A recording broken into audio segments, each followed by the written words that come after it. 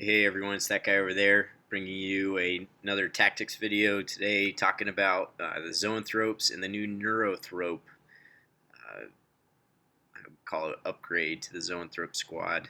Kind of a bizarro turn of events for Tyranids. When they had this Leviathan book posted, they changed entries in the main codex, and it's just like crap. Now I got to go out and buy the new book. I mean, there's a lot of great stuff in the book. It's just kind of weird. I don't know if that's ever happened before, where they're like, this isn't a separate codex. It's not like supplement Leviathan or something where you. Yeah, I mean, it's basically like an errata that you buy for the Zoanthrope entry,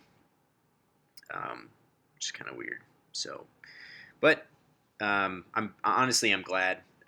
I would have bought it for everything else, and then they upgraded Zoanthropes. They gave them more options. So overall, it's a good deal, and I'll talk more about Leviathan when I get to that part. But had another request for Zoanthrope and Neurothrope tactics, or how I'd use them, or what I'd use them for. So I figured we'd talk about it. So I'll talk specifically the entry from the Leviathan brood, which, if you're unaware, is now you can take up to 6 Zoanthropes, and then one of them can be upgraded to and this is just in one brood, and one of them can be upgraded to a Neurothrope who gets a special power added on, which is nice. I'm gonna have to look and see how it all balances out with Brotherhood of Psychers. Tell you what, let me go grab the rule book real quick. All right, I'm back. So I went go to see what Brotherhood of Psychers, just what it said in the rule book, and because I was just curious how the Neurothrope being added to a Brotherhood of Psychers unit, but really you're just upgrading one of the Zoanthropes. So it says, I guess I'll just read through the thing here. So Brotherhood of Psychers Mastery Level 2, which is nice because you get 1 power plus Dominion because you just know Warp Blast automatically. So you roll to roll one of your other powers, which is nice. There's some good other ones in there, and honestly, having a big brood of these, it would make sense to have Catalyst. Whereas if you have a single guy, it's kind of wasted. It's good to have Feel No Pain on another squad, but you get it on your brood too. But if you're just one guy, it doesn't make as much sense. They have Shout in the Warp, Synapse Creature, and very bulky. So very bulky means you take up. Here, I'll look it up real quick because they can actually go into a transport due to the. Just looking here real quick with the new Tyrannocytes that came out, which is nice. We used to have in our book mycetic spores, they were called, and it was essentially the same thing. So really we just got that unit back, and what it was is they had some battles going on for copywriting with other companies because they made rules for models that they had no models for, and then other people jumped on that, and the other companies were jumping in on that, so they got rid of all those those unit entries, and then once they came out with a model for it, then they put it back in. That's what happened with Tyranids. So so very bulky is 3. They count as 3 models, and inside of a Tyrannocyte you can carry up to 20, which is good because then you can take 6 of them and not care, because you feel you've still got room to spare. So Psychic Brood, if a Zoanthrope brood uses the Warp Blast power, the number of shots fired is equal to the number of Zoanthropes and Neurothropes in the brood. So when you cast it, however many models you have in there, that's how many shots you get. It's not like the Neurothrope can't cast it. Warp Field, a model with this rule has the 3+ invulnerable saves. So they all have Warp Field, I suppose. And then Psychic Powers, they know. Warp Blast, they generate 1 additional power from powers of the Hive Mind, and then a brood which includes Neurothrope knows Spirit Leech in addition to its other psychic powers so long as the Neurothrope is alive. So you actually would know 4 powers. You would know Dominion. Oh, I wonder if you lose your Psychic Focus. That's not a huge deal.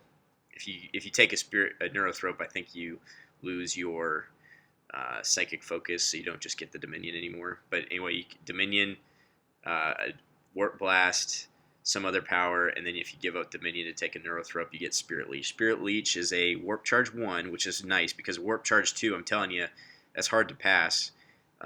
Like, I always throw 6 dice at Warp Charge 2 powers, because I can't make it otherwise. I just seem to roll real poor. So Spirit Leech is a Witchfire power that targets a non-vehicle enemy unit within 18 inches. Brotherhood of Psychers lets you pick any model in the unit that has Brotherhood of Psychers. So if you had 6 of them in a big long line, Neurothropes on one side, Zoanthropes on the other side, the Zoanthrope on the far other side could cast it, because Brotherhood of Psychers, they all know all the powers. So anyway, just keep that in mind. 18 inches. That unit must take a leadership test on 3d6. There are things that let you reroll morale tests, like commissars, boss poles, the command barges for the Necrons. This is a leadership test. So just keep that in mind. If the test is failed, the enemy unit suffers 1 wound for each point the test was failed by, with no armor saves or cover saves allowed. Add 1 dice to your warp charge pool for each wound inflicted by Spirit Leech. These additional dice can only be used by the unit that manifested Spirit Leech, and only to manifest Warp Blast. So that basically they're just for that brood now. Like, they suck in souls and use that to fuel their next attack. So, like, if you took the formation that lets you take 3 Zoanthrope broods, or if you just had 3 Zoanthrope broods, you can't use it. Those, like, if one guy gets really good and gets like 18 on his 3d6 roll and gets a bunch of dice, just use those dice for the one Zoanthrope brood, and they can't cast their other power. They have to cast Warp Blast with those dice. So just keep all that stuff in mind. May include up to 5 additional Zoanthropes. They're 50 points a model. If the unit numbers 3 or more models, one Zoanthrope may be upgraded to a Neurothrope for 25 points. So how would I run these? That was the question I was asked. So I think there are 3 main builds, and you can kind of deviate from there as you see fit.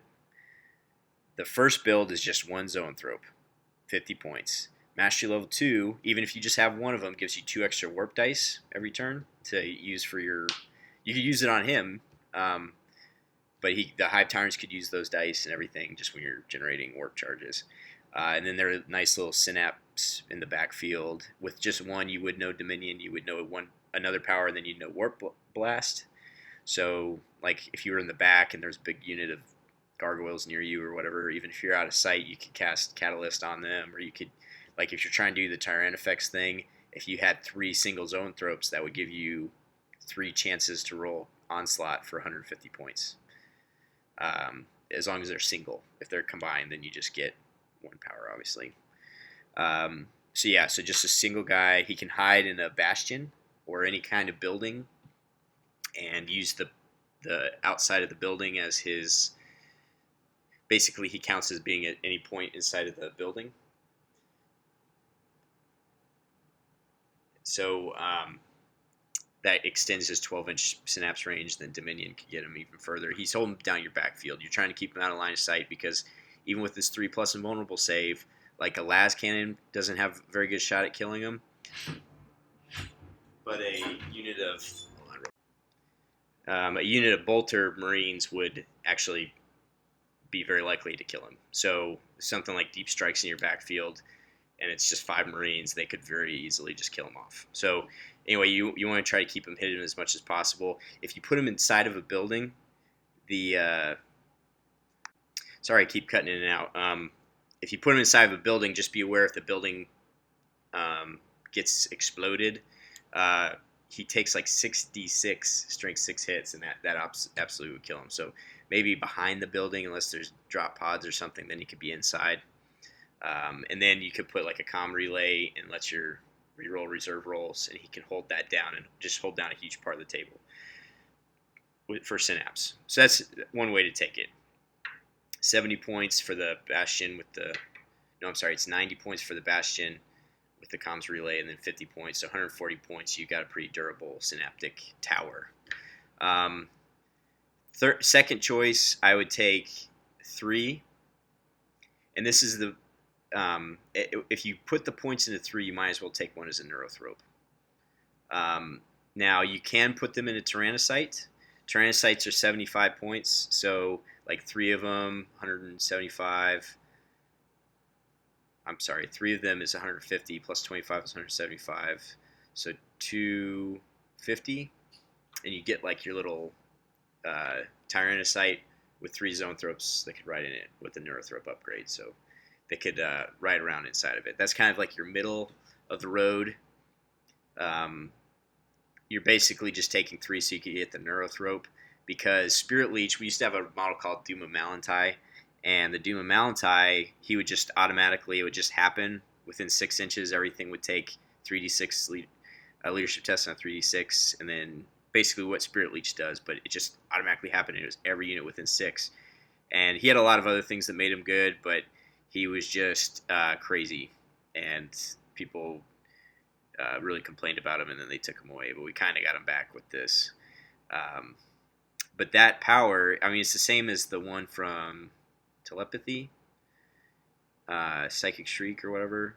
It's pretty effective, and honestly, if you're trying to kill like a Wraith Knight or anything that has high toughness, this isn't gonna kill it, but this stands to do the most damage. And but let me just emphasize, it is so hit or miss.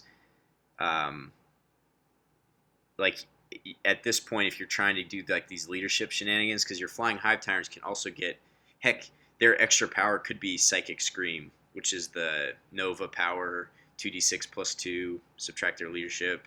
That's how many wounds they take with no armor, cover saves. They could have that power also.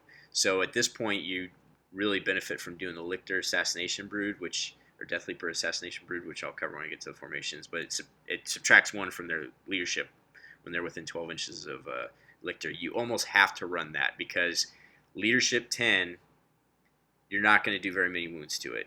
Leadership 9, statistically, you beat that, and they take wounds. So you almost kind of need to consider that when you're running, when you make the jump for the Neurothrope, unless you're just going after a backfield unit. Like for instance, the artillery that the orcs have, toughness 7, but they're grots.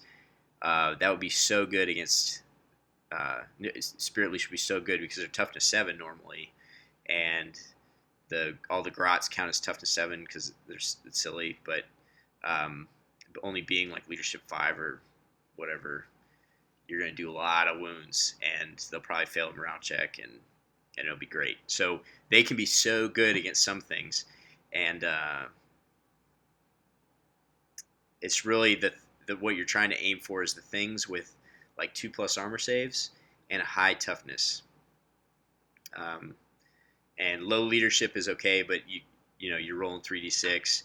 It's just you got to be prepared for your opponent to roll 3 1s or something for their leadership, and then not take any wounds, and that you got to be prepared for that too. And then the last build I would recommend is 6 of them with the Neurothrope upgrade. It's 325 points, 400 if you include a Tyrannocyte. So at this point, you really do need to take, because you've kind of thrown all your dice in one pool here, all your eggs in one basket. You really do need to take a Death Leaper Assassination Brood just for that -1 leadership, because it's crazy. I mean, if you go up against like a Psyker, like for instance, Demon Prince, a Demon Prince, their leadership 9, and then they'll be -3 because of Shadow in the Warp, which is great. Or like a unit of Warlocks. Warlocks are leadership 8 normally, and then they'd be down to leadership 5. If there was a Farseer in there, they'd be at leadership 7. So this would be really effective against. And then you would throw some dice at Spirit Leech to get that off, suck a bunch of wounds in, and then you'd have Warp Lance. And then with 6 Warp Lances, that's on average 4 hits, and that's when you start taking down, because it's AP2, which means on a 6 you can roll an Explodes result. You have to be AP2 to explode things anymore. Um, so at that point, you've got a pretty dangerous barrage of firepower. And for 325 points, that's not too expensive. It's pretty expensive, but if you use that right, it's kind of like I used to take this Stern Guard unit with all these combo Meltas in my Blood Angels list with Corbulo, and they used to tank part of the table for quite a while with their 3+ invulnerable save. Um, it's like having a Storm Shield, And I remember playing a game against a Blood Angels player. He brought 5 Land Raiders in the old Codex when troop choices could take it as a dedicated transport.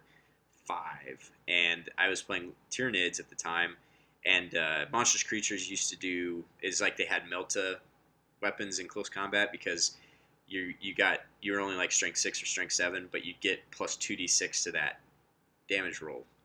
So on average, you're glancing.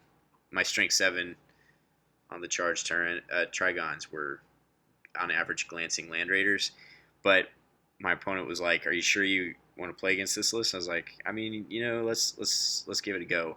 And I had 3 Zoanthropes, and my dice were on fire that game, and they didn't roll anything less than a 3 for saves, and they were blowing up a Land Raider every turn. And then my Trigons were making a mess of things too, and he couldn't believe it afterwards. And then he ended up getting best general with that list at a tournament, and honestly, that was kind of a fluky thing, but it made me realize 3+ invulnerable save. If you roll a 1 or 2, sure, you die, but if you never roll less than a 3, it's kind of like being invincible. And playing an army that doesn't have an invulnerable saves and then suddenly having a 3+ invulnerable, you really notice it. So those 6 guys in the back, they could run in and go up against, like, for instance, a Night Titan. You could assault a Night Titan with 6 of them. They're fearless. They're never going to run away. As long as he doesn't roll 6s in close combat or stomps, and then he has to kill all of them. He can't just, kill one and then they break and run away. You could hold them up for quite a long time. Wraith Knights, because again, he has to roll 6 to wound. Otherwise, a 3+ invulnerable save, you have a pretty good chance of bouncing that back. So, or multi-salt a bunch of different things to hold them up. And you wouldn't be able to Spirit Leech anymore because it's a Witchfire. You can't cast that in close combat or whatever, but like there's something to be said for tying down like a Wraith Knight. Now you're 30 more points than an unupgraded Wraith Knight, but still, it's pretty close. And it's a huge threat because your drop pod will just float away and keep fighting, and you can tie some things up. So anyway, those are the 3 builds I would take. I rolled it out, and on average, 6 of them was doing 2 wounds to a Wraith Knight. Also, 3 when I was rolling the dice. This isn't like Math Hammer. This is me rolling the dice like 5 times, But Hive Tyrants, 3 flying Hive Tyrants with Twin Link Devourers, were also doing a couple of wounds. So if they're in a drop pod or a Tyrannocyte, they drop in. My flying Hive Tyrants shot 36 shots the first turn, and then 36 more shots the second turn. The Tyrannocyte shot its shots into the Wraith Knight, and then I did all the leadership hijinks. It was taking it down after 2 turns. I realized that's way too many points to focus on just one thing like that, but it's just kind of nice knowing that if I really wanted to kill a Wraith Knight, I could in 2 turns. So anyway, that will conclude this. Went kind of long. I went and talked through as much as I could for Zoanthropes. I have 6 of them, and I have a Doom Mountain, so I could just replace one of them with the Doom Mountain for my Neurothrope, and I actually kind of want to try it. 400 points isn't terrible because, again, with Tyranids, it feels like flying Hive Tyrants, 3 flying Hive Tyrants or maybe 4 flying Hive Tyrants, they are your list, and then everything else is just filler. So they can make up for a lot of inefficiencies, and 400 points is kind of inefficient, but if nothing else, it'll be kind of fun. I just be prepared when you don't roll so well and you don't even cast your powers, and then they get mowed down the next turn by like a infantry blob from the Guard Codex or something, because they're not that survivable. But anyway, worth a try. Thanks for listening. I hope this answers the question from Helsing Ova 1988. And please keep the ideas coming, and I'll keep posting videos. So thank you for your time. Please like, comment, subscribe.